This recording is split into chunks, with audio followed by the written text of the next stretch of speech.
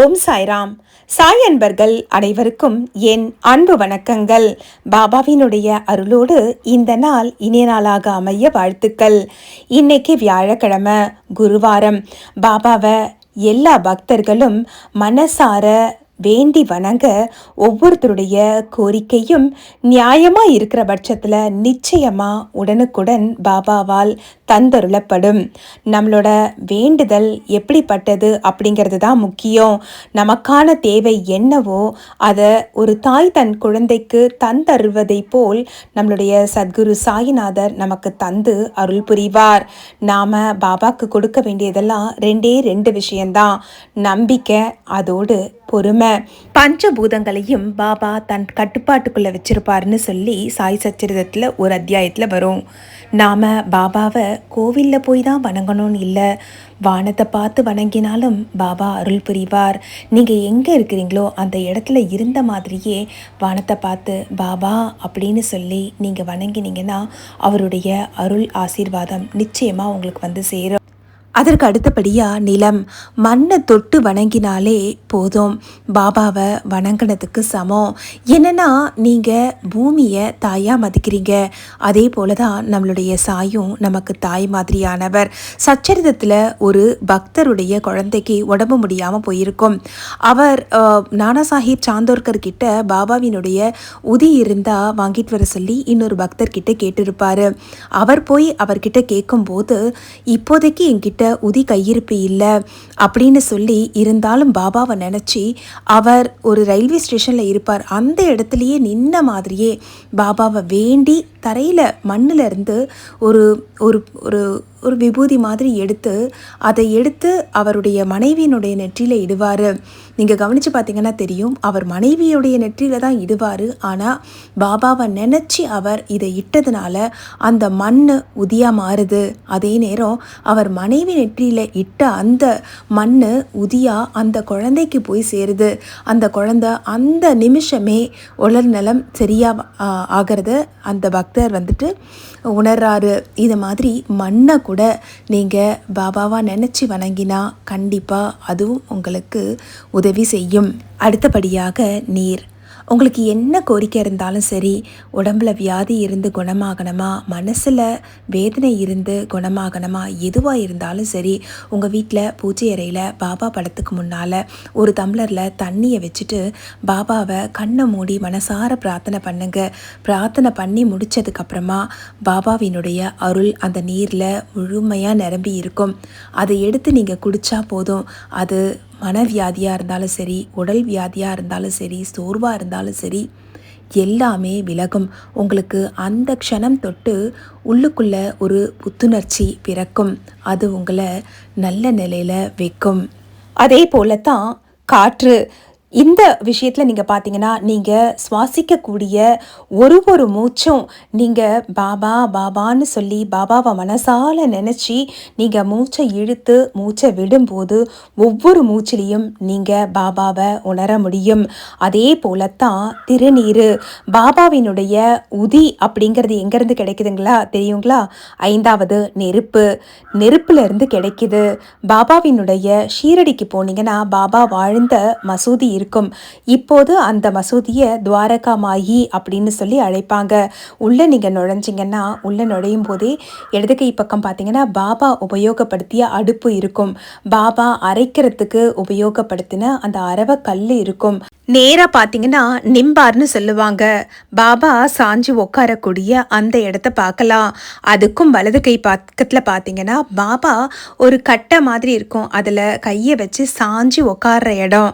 அந்த இடத்துல தான் பாபா அப்படியே அமர்ந்திருக்கிற மாதிரி துவாரகா மாயி அப்படின்னு சொல்லக்கூடிய ஒரு வடிவத்தில் பாபா அங்கே அமர்ந்திருக்கக்கூடிய ஒரு படத்தை பார்க்கலாம்.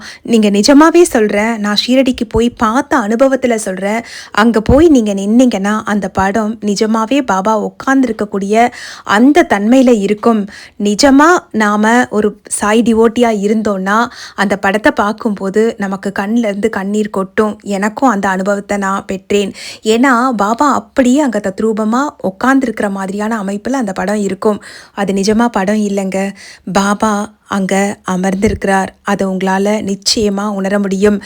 எல்லா சாய் பக்தர்களையும் நிச்சயமாக ஒரு நாள் பாபா ஷீரடி மண்ணுக்கு அழைப்பார்.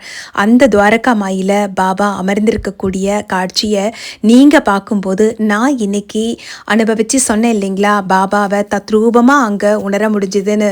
அதே உணர்வு உங்களுக்கும் வரும். நீங்கள் அங்கே பாபாவை தரிசிக்கும் போது நிச்சயமாக நான் சொன்ன இதையும் என்னையும் நீங்கள் நினச்சிக்குவீங்க. இந்த பாபா அமர்ந்திருக்கக்கூடிய படத்துக்கு எதிரில் பார்த்தீங்கன்னா பாபா வாழ்ந்த காலத்தில் ஏற்றப்பட்ட நெருப்பு துணி அப்படின்னு சொல்லி எரிஞ்சிட்டு இருக்கும். இன்னைக்கும் அது அணையாம எரியிற மாதிரி ஷீரடி சமஸ்தானம் அதை பாதுகாத்துக்கிட்டு வராங்க. அந்த துணி தான் நெருப்பு. பஞ்சபூதங்கள் பாபாக்குள்ள அடக்கம்னு சொல்ல இல்லைங்களா, 5வதாக நெருப்பு. அந்த துணியில் நம்மளுடைய பாவங்கள் அனைத்தையும், நம்மளுடைய கர்ம வினைகள் அனைத்தையும் பாபா எரித்து அதிலிருந்து வரக்கூடிய அந்த சாம்பலைத்தான் உதி அப்படின்னு சொல்லி நாம் கோயிலுக்கு போனால் திருநீர் வாங்கிக்கிறோம் இல்லையா, அதை மாதிரி பாபா அவர் கையாலேயே திருநீரை உதின்னு சொல்லி கொடுப்பாரு. அந்த உதி சர்வரோக நிவாரணின்னு தான் சொல்லணும். உதியோடைய பெருமையை பற்றி பேசினா மணிக்கணக்காக பேசலாம். நமக்கு இருக்கக்கூடிய மன சஞ்சலங்களாகட்டும், மன சங்கடமாகட்டும், மன பயமாகட்டும், மனோவியாதி ஆகட்டும், உடம்புல இருக்கக்கூடிய அனைத்து வியாதிகளுக்கும் அருமருந்தா பாபா வாழ்ந்த காலத்தில் அவருடைய கையாலேயே விநியோகம் செய்யப்பட்டு ஒரு பெரிய மருந்தா திகழ்ந்தது. இன்னைக்கும் ஷீரடிக்கு போனீங்கன்னா கொடுக்கக்கூடிய அந்த உதி பிரசாதம் பாபாவினுடைய கரங்களால் தீயூட்டப்பட்டு எரிந்து கொண்டிருக்கக்கூடிய அந்த துணியிலிருந்து கிடைக்கக்கூடிய சாம்பலைத்தான் உதின்னு சொல்லி பாக்கெட்டில் போட்டு கொடுப்பாங்க. அது உங்களுக்கு கிடைச்சிதுன்னா பெரிய வரப்பிரசாதம். ரொம்ப கிடைக்காது, ஒருத்தருக்கு ஒன்று தான் கிடைக்கும். அதை பத்திரமா கொண்டு வந்து தினமும் நீங்கள் உங்களுடைய நெற்றியில் தரிச்சிக்கிறதுலையும் வாயில் ஒரு சிட்டிகை வாயில் போட்டுக்கிட்டிங்கன்னா அதை விட பெரிய ஒரு உபாயம் வேறு எதுவுமே இருக்க முடியாதுன்னு தான் சொல்வேன். இப்படி பாபாவினுடைய வரலாறை பற்றி பேசிக்கிட்டே இருக்கலாம். பஞ்சபூதங்களும் பாபாக்குள்ள அடக்கம். அதனால் நீங்கள் பாபாவினுடைய படம் தான் இருக்கணும்னு இல்லை, பாபாவினுடைய கோயிலுக்கு போய் தான் பாபாவை வணங்கணும்னு இல்லை. நீங்கள் இருக்கிற இடத்துல எங்கே இருந்தீங்கனாலும் சரி, பாபான்னு நினச்சி நீங்கள் பாபாவை வணங்கினால் அந்த இடத்துலையே பாபாவுடைய அருள் உங்களுக்கு வந்து சேரும். பஞ்சபூதங்களில் நீங்கள் வானதை பார்த்து கும்பிட்டாலும் பாபா உங்களுக்கு அருள் புரிவார். நீரை வச்சு வணங்கி அதை நீங்கள் பருகினாலும் பாபாவினுடைய அருளும் ஆசீர்வாதமும் கிடைக்கும். பாபாவினுடைய உதி, அதாவது நெருப்பிலிருந்து கிடைக்கக்கூடிய அந்த திருநீற்றை நீங்கள் நெத்தியில் தரிச்சுக்கிட்டாலும் உங்களுக்கு பாபாவினுடைய அருள் கிடைக்கும். காற்று, பாபாவை பாபான்னு சொல்லி ஒரு மூச்சை நீங்கள் இழுத்தீங்கனாலும் அந்த காற்று உங்களுக்குள்ளே போய் உங்களுக்குள்ளே இருக்கக்கூடிய சகல கெட்ட விஷயங்களையும் நீக்கி நல்லதை உங்கள் கையில் கொண்டு வந்து சேர்க்கும். பாபான்னு சொல்லி மண்ணை தொட்டு வணங்கினீங்கன்னா போதும், பாபாவினுடைய அருள் நிச்சயமாக உங்ககிட்ட வந்து சேரும். இந்த மாதிரி உங்களுடைய வழிபாட்டு முறையில் எளிமையாக பாபாவை வழிபட தொடங்குங்க. உங்களுக்கு என்ன வேணுமோ அது எல்லாமே பாபாவினுடைய அருளோட உங்கள் கைக்கு வந்து சேரும். ஒரு சில நேரங்களில் நீங்கள் கேட்ட உடனே கிடைக்கலன்னா தயவு செய்து கோவப்படாதீங்க. பொறுமையை காக்க பழகிக்கோங்க. பாபா அவர் கேட்டதெல்லாம் இதுதான். பாபா வந்து காணிக்கையாக கேட்டது பைசாவை இல்லை, நம்பிக்கை, பொறுமை அப்படிங்கிற 2 விஷயத்தை தான் பாபா எப்போவுமே காணிக்கையாக கேட்பாரு. இதை நான் பாபாவுக்கு தவறாமல் கொடுத்துட்ருக்கேன். உங்ககிட்ட நான் பேசுறது கூட பாபாவுக்கு நான் என்ன பண்ணுறேனோ அதைத்தான் உங்கள் கூட நான் வந்து பகிர்ந்துக்கிறேன். பாபா நம்மக்கிட்ட இருந்து பொன், பொருள், பைசா எதையுமே எதிர்பார்க்கல. ஒரு சில நேரங்களில் அவர் நம்ம கையிலேருந்து தட்சிணையாக வாங்கினதை கூட அங்கே இருக்கக்கூடிய ஏழை எளிய மக்களுக்கு பகிர்ந்து அளித்து விடுவார். நீங்கள் சாய் சச்சரிதத்தை தொடர்ந்து படிப்பீங்கன்னா பாபாவை பற்றி நிறைய விஷயங்கள் தெரிஞ்சுக்கலாம். பாபா தினமும் தன்னுடைய பக்தர்கள் கையில் இருந்து தட்சணை வாங்குவார். ஆனால் அன்னைக்கு நைட்டே எல்லாருக்கும் கொடுத்து அவருடைய கஜானா காலியாயிடும். திரும்பவும் அடுத்த நாள் அவர் மற்றவங்க கையிலேருந்து பிக்ஷையாக வாங்குகிற பைசா, காணிக்கையாக வாங்குகிற பைசா எல்லாத்தையும் ஒன்றா சேர்த்து அன்னைக்கு இரவுக்குள்ளே அன்னைக்கே விநியோகம் பண்ணி பாபாவினுடைய கஜானா அன்று இரவு காலியாகி இருக்கும். இதுதான் பாபா வாழ்ந்த காலம் தொட்டு பாபா மகா சமாதி அடைந்த அந்த நாள் வரைக்கும் நடந்த விஷயம். இது எல்லாமே சாயி சச்சரிதத்தில் ரொம்பவே அற்புதமாக இருக்கும். அந்த புத்தகத்தை படித்ததுனால தான் அதில் இருந்து யாம் பெற்ற நிறைய விஷயங்கள்ல இருந்து சிறு துளி தான் இன்னைக்கு உங்களோட நான் பகிர்ந்துக்கிட்டு இருக்கேன். இந்த மாதிரி தொடர்ந்து பாபாவினுடைய பல அற்புதங்களையும், பாபாவினுடைய அறிவுரைகளையும், பாபாவினுடைய லீலைகளையும் தொடர்ந்து நாம சிந்திக்கலாம். தொடர்ந்து இணைந்திருங்கள் நம்மளோட சாய் சாத்விக் சேனலோட. எல்லாரும் எல்லாமே பெற்று இன்புற்று வாழ வேண்டும் அப்படின்னு சொல்லி எல்லாருக்காகவும் நாம செய்யக்கூடிய பிரார்த்தனை நிச்சயமா பலிக்கும். சமஸ்த லோகா சுகினோ பவந்தோ. ஓம் ஸ்ரீ சாய்ராம். மற்றும் ஒரு அற்புதமான பதிவோடு உங்கள் அனைவரையும் மீண்டும் சந்திக்கிறேன். நன்றி, வணக்கம். ஓம் சாயி, ஸ்ரீ சாயி, ஜெய ஜெய சாயி.